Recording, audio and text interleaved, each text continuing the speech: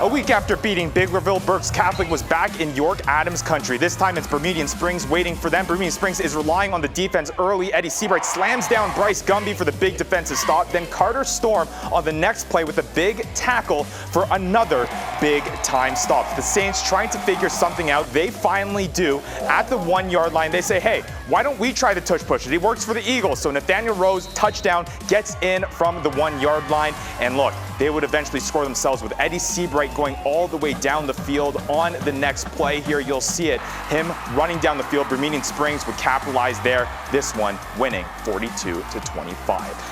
Every now and then, the district playoffs give some teams a chance at redemption. West York edged Eastern York during the regular season during a foggy night in Wrightsville by just 2 points. This time, the showdown is at West York. We start this one at halftime, another defensive slugfest. 5-3 coming out of the break, still waiting for the first touchdown. Jaime Valenti drops back, no one open, shakes off the pass rush and says, you know what? I'll take it myself. Trucks and passes 2, 3, 4 defenders in the process for the big time gain. Eastern York looking poised to get the score. However, same drive, 4th down, aggressive, want those points bad. Valenti tries to float one to his brother Nussi, but it's blocked by Logan Boyer. Ball is up, Aiden Leach tries to snag it, fights with Valenti, who ends up breaking up the interception, but still turnover on downs. On the next drive, Jensen Ferber lobs it back to Janziel Torres. Golden Knights D says, Torres tries to make something out of nothing, but no dice. Couple plays later, Bulldogs try the run, handoff to Isaac Roberts, who finds the hole that parted like the Red Sea, turns on the Jets, is eventually brought down, still wouldn't lead to a touchdown though. West York still ends up winning a 5-3 scorcher to move on to the semis. A big-time matchup between two big-time schools. Cumberland Valley takes on Manheim Township. We start off, Carson Weiser completes a 9-yard swing pass to Declan Clancy, but Cumberland Valley comes up big, stopping them on the 4th down conversion. CV's turn to take advantage, looking to get the offense going. Colton Stamey drops back and completes the 35-yard pass to Zayden Smith. So what about the defense try scoring? Why don't we get in on the fun too? Township's Charlie Hillary actually intercepts the ball on this play in the red zone. You don't want to do that in that red zone area. Takes it all the way back for the 95-yard pick six. Would be crucial in the end for the 1-score win for the Blue Streaks. 14-7 victory over the Eagles.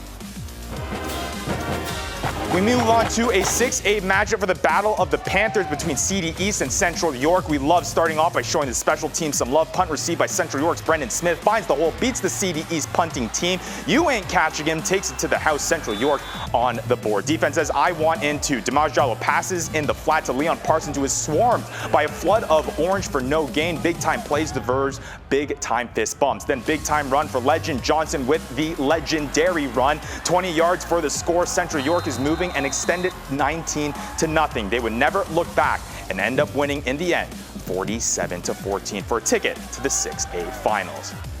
And on to our last one of the night, the Cedar Crest Falcons head east to take on the Wilson Bulldogs in a 6A bout. We start with a handoff to Wilson's Correll Akings, who takes it to the outside. Great blocking by the O-line and goes 14 yards for the score to take the early 7-0 lead. Got to celebrate with the big boys after a score like that, though, and then you move on. 2 minutes left in the first. Akings again from 1 yard out punches in. Wilson 14, Cedar Crest zip. And then, if it ain't broke, don't fix it. Akings again, handoff, 1 yard out or 75 yards out. It doesn't matter. He's going all the way down the field for another touchdown.